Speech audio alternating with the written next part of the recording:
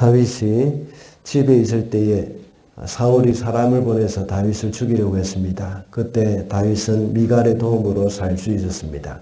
그리고 사무엘이 살고 있는 라마 나요스로 도망갔습니다. 그때도 역시 사울이 잡으러 왔지만 하나님의 특별한 도움으로 인하여서 살 수 있었습니다. 이렇게 하나님은 택하신 자를 도우시는 것을 알 수 있습니다. 하나님이 우리를 도우시는 방법은 사람을 통해서 우리를 도우시고 또 직접 개입하셔서 특별한 방법으로 우리를 도우신다고 했습니다. 다윗이 이번에는 라마 나요스로 도망해서 사울의 아들인 요나단에게 가서 자초지종을 다 말을 했습니다. 그때 요나단은 사울의 속내를 알아보고 다윗에게 알려주기로 했습니다. 이렇게 어려움에 처한 다윗은 그의 친구 요나단에게 말을 하고 요나단은 그런 다윗을 도와주겠다고 했던 것입니다. 이런 아름다운 모습을 통해서 우리가 성도가 공동체 안에서 어떤 모습으로 살아가야 할 것인지에 대해서 배울 수가 있습니다. 그래서 오늘은 이 성도의 교제라는 제목으로 말씀을 살펴보겠습니다. 첫째로 성도는 서로의 마음을 털어놓을 수 있는 관계여야 합니다. 1절 말씀입니다. 다윗이 라마의 나요스에서 빠져나와 집으로 돌아온 다음에 요나단에게 따져 물었다. 내가 무슨 못할 일을 하였느냐? 내가 무슨 몹쓸 일이라도 하였느냐? 내가 자네의 아버님께 무슨 잘못을 저질렀기에 아버님이 이토록 나의 목숨을 노리시느냐? 라마 나요스에서 하나님의 특별한 도우심을 받아서 다윗은 사울로부터 도망 나올 수 있게 되었습니다. 그러나 그의 목숨은 여전히 위태롭다는 것을 알고 있었습니다. 그래서 요나단에게 찾아가서 자신의 속 사정과 그 마음을 다 털어놓았습니다. 한마디로 하소연을 한 것입니다. 이것은 다윗이 요나단을 얼마나 신뢰했는지를 잘 보여주는 사건입니다. 자신을 죽이고자 하는 사울 왕의 아들이지 않습니까? 그럼에도 불구하고 요나단에게 찾아가서 자신의 마음을 털어놓고 있습니다. 이렇게 다윗이 요나단에게 찾아갈 수 있었던 것은 지금까지 요나단이 다윗에게 깊은 신망을 심어 주었기 때문입니다. 교회 공동체도 역시 서로 간에 이런 관계가 필요합니다. 어려움을 당할 때에는 하나님만 의지하면서 극복해 나가는 것이 필요합니다. 그러나 어제 새벽에도 말씀드렸던 것처럼 하나님은 사람을 통해서도 우리를 도우신다는 것입니다. 그러므로 우리는 교회 공동체 안에서 서로에게 어려움을 털어놓을 수 있어야 하고 그 어려움을 듣고는 서로를 위해서 기도를 해줘야 합니다. 이렇게 하는 것이 바로 성도의 교제입니다. 그런데 때로는 그렇지 못한 모습을 볼 때에 참 안타까움이 많이 있습니다. 우리가 그 누구에게도 우리의 마음을 털어놓을 수 없다는 것은 어느 한쪽만의 문제는 아닙니다. 좁은 이민사회에서 이 자신에 대해서 사람들에게 소문이 퍼질 때는 큰 상처가 되기 때문입니다. 그러니까 사람들은 상처를 받지 않기 위해서 이 마음을 드러내지 않기도 합니다. 그렇기 때문에 비록 자신을 죽이고자 하는 그런 사울의 아들이라고 하더라도 그의 속마음을 털어놓을 수 있었던 것은 요나단이 그만큼 다윗에게 신뢰를 주는 사람이었기 때문입니다. 다윗 왕의 아들이라고 하더라도 요나단은 안전하다. 사울 왕의 아들이라고 하더라도 요나단은 안전하다 하는 그런 생각이 다윗에게 들었기 때문입니다. 어느 것도 안전하다고 느낄 수 없는 그런 복잡한 이민사회의 그런 모습 가운데서 어디를 가든지 이 사울과 같은 존재가 나를 죽이려고 한다는 생각이 들 수도 있습니다. 그렇지만 누구든지 우리 주사랑 공동체 안에서는 정말 안전하다는 생각이 들 수 있어야 하겠습니다. 그렇게 하기 위해서는 우리가 신뢰를 줘야 합니다. 우리의 말 한마디 한마디가 신실해야 하고 또 거짓이 없어야 합니다. 그래서 누구든지 우리 자신에게 이 마음을 털어놔도 안전하다는 생각을 할 수 있어야 하겠습니다. 이것이 바로 진정한 교회 공동체의 모습이라고 할 수 있습니다.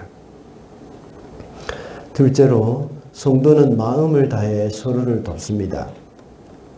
4절입니다. 요나단이 다윗에게 제안하였다. 자네의 소원을 말해보게. 자네를 돕는 일이면 무엇이든지 하겠네. 다윗이 사울에게 목숨의 위협을 받고 있다고 계속해서 말을 했을 때에 요나단은 다윗에게 약속하기를 너를 돕는 일이면 무엇이든지 하겠다고 말을 합니다. 비록 자신의 아버지와의 관계에서 일어난 일이라고 하더라도 요나단은 마음을 다해서 다윗을 돕겠다고 말을 합니다. 요나단은 아버지 일이기 때문에 내가 어찌할 수 없다고 외면하지 않았습니다. 아버지가 다윗을 죽일 경우에 자신이 이제 왕이 될 수 있기 때문에 모른 척하면 됩니다. 그러나 그렇게 하지 않았습니다. 자신의 유익을 생각할 때는 어려움에 빠진 사람을 마음을 다해서 도와줄 수가 없습니다. 그러나 우리 누가복음 10장에 나오는 강도 만난 자의 이웃은 마음을 다해서 돕고자 하는 그 사마리아 사람이었습니다. 그가 만약 자신의 유익만 생각했더라면 가던 길을 지체하면서 돕지 않았을 것입니다. 그리고 자기의 그 아까운 기름과 포도주를 그 상처에 붓고 치료해 주지도 않았을 것입니다. 돈을 주면서 여관 주인에게 부탁하지도 않았을 것입니다. 우리가 공동체 안에서 나의 유익만 생각하게 된다면 서로를 도울 수 없습니다. 상대방의 입장에서 상대방을 진실로 생각하는 사람이 될 때에 서로를 도울 수가 있게 될 것입니다. 마지막으로 성도는 서로를 신뢰합니다. 5절과 6절입니다. 다윗이 요나단에게 대답하였다. 내일은 초하루일세. 내가 임금님과 함께 앉아서 식사를 해야 하는 날일세. 그러나 내가 외출을 할 수 있도록 주선하여 주게.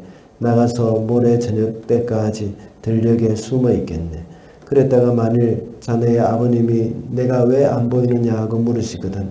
그때 자네는 내가 우리 고향 베들레헴으로 가서 곧 온 가족과 함께 거기에서 매년제를 드릴 때가 되어 급히 가보아야 한다 하고 말미를 달라고 해서 허락해 주었다고 말씀드려 주게. 첫 번째 대지에서 말씀드렸던 바와 같이 다윗이 요나단에게 속마음을 다 털어놓을 수 있었던 것은 요나단을 신뢰했기 때문이었다고 했습니다. 방금 읽은 본문에서도 역시 다윗이 말하고 도움을 받기 위해서 하는 약속도 역시 요나단을 신뢰했기 때문이라고 할 수가 있습니다. 만약 들에 숨어 있다는 이 말을 듣고 요나단이 자기 아버지에게 그대로 말을 해버린다면 다윗은 꼼짝없이 잡혀 죽게 되는 것입니다. 그렇지 않아도 사울은 다윗을 잡을 방법만 생각하고 있었기 때문에 사울이 알고 몰래 잠복해 있다가 기회를 잡아서 사로잡을 수도 있습니다. 그러므로 이 신뢰를 쌓을 수 있도록 하기 위해서는 서로 간에 비밀을 지켜야 합니다. 그래서 다윗은 요나단을 철저하게 신뢰했고 자기가 들녘에 숨어 있겠다는 말까지 하고 있습니다. 우리 성도들도 역시 서로를 신뢰하면서 서로에게 우리의 삶을 의탁할 수 있는 공동체가 될 수 있어야 합니다. 그러기 위해서는 서로의 비밀을 지켜야 합니다. 요나단이 다윗에 대해서 요나단에게 비밀로 했던 것과 같이 사울에게 비밀로 했던 것과 같이 우리 성도들 사이에 일어난 일에 대해서 다른 사람들의 귀에 들어가지 않도록 해야 합니다. 구역 기도에서 나눈 이야기는 거기에서 끝을 내야지 다른 데 말을 옮기거나 해서는 안 됩니다. 이것이 서로에게 신뢰를 줄 수 있는 첫걸음입니다. 종종 말씀을 드리고 있지만 우리 교회는 공동체의식이 더 많이 이렇게 강조되어야 합니다. 그리고 성도의 교제에 힘을 쏟아야 합니다. 그런 가운데 서로를 신뢰를 바탕으로 해서 이 서로를 섬길 때에 우리는 더욱더 아름다운 교회 공동체로 성장하게 될 줄로 믿습니다. 그래서 서로를 신뢰하기 위해서는 우리가 서로에 대한 비밀을 지켜주는 것이 가장 중요하다는 것을 우리가 명심해야겠습니다. 말씀을 맺겠습니다. 오늘은 성도의 교제라는 제목으로 말씀을 살펴봤습니다. 성도는 서로의 마음을 털어놓을 수 있는 관계여야 하고 마음을 다해서 서로를 도우면서 서로를 신뢰해야 한다고 했습니다. 그래서 우리 주사랑교회가 하나님이 기뻐하시는 공동체로 성장해 가야 하겠습니다.